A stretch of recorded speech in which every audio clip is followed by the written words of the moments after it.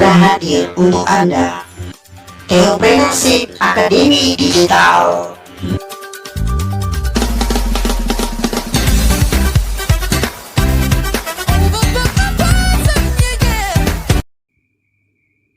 Shalom, Bapak Ibu Saudara yang dikasihi oleh Tuhan Yesus Kristus.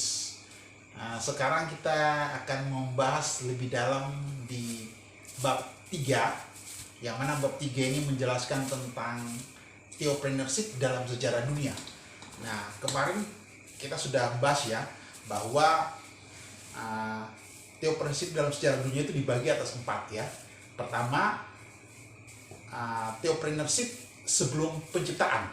Jadi sebelum penciptaan rupanya theopreneurship sudah ada, Bapak Saudara.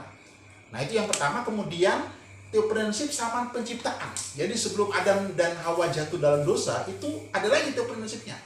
Dan itu berbeda dengan theopreneurship yang ada di zaman penciptaan. Kemudian setelah Adam dan Hawa jatuh dalam dosa, ada juga theopreneurship pasca kejatuhan. Nah, itu punya tujuannya, proyek ilahinya juga berbeda. Dari kejatuhan Adam dan Hawa sampai dengan Yesus Kristus. Nah, setelah Yesus Kristus, proyek ilahinya juga berbeda, Bapak Saudara, sampai kepada akhir zaman nanti, Bapak Saudara ya. Jadi begitu proyek ilahi atau theopreneurship itu.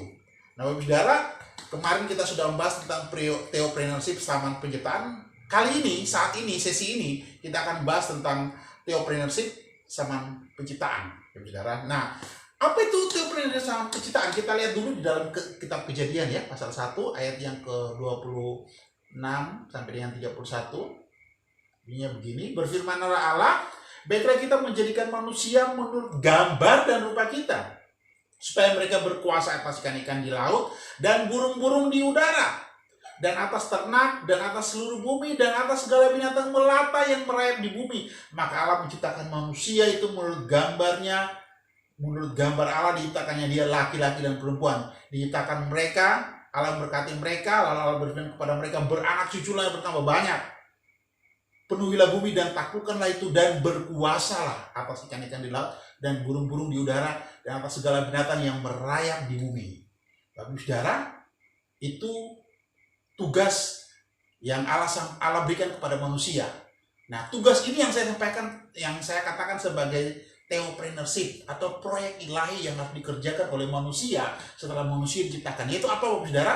Yaitu apa? Waktu mereka diciptakan serupa dan segambar dengan Dia, mereka harus berkuasa atas segala ciptaannya. Nah, selain berkuasa, mereka harus tetap mempunyai hubungan yang intim dengan Tuhan. Jadi selama mereka mempunyai hubungan yang intim dengan Tuhan, persekutuannya harus intim dengan Tuhan, mereka juga harus berkuasa di dunia ini. Nah, untuk berkuasa ini mereka harus melakukan banyak hal, bekerja seperti biasanya, seperti manusia pada umumnya. Nah, kata berkuasa ini saya tertarik ya dengan kata berkuasa di sini ya, Bapak Saudara.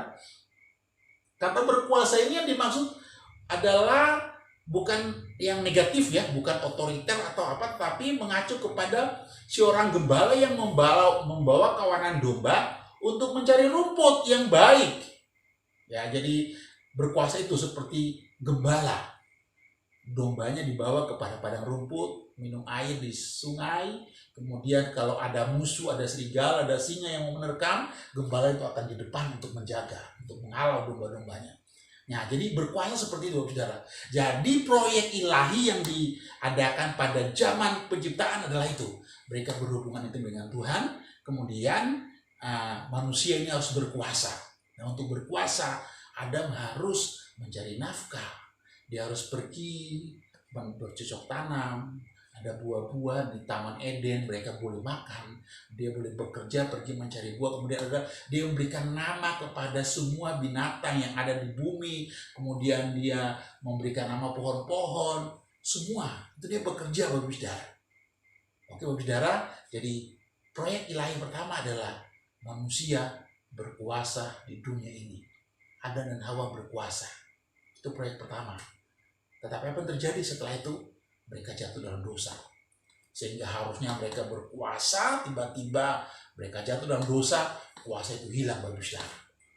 Nah, itu proyek ilahi yang kedua. Nah, tetapi setelah mereka jatuh, ada lagi proyek ilahi. Tuhan tuh berkata dia mengasihi manusia ini sehingga dia akan menyelamatkan manusia. Mau jatuh berapa kali, dia tetap memiliki proyek untuk apa? Menyelamatkan manusia.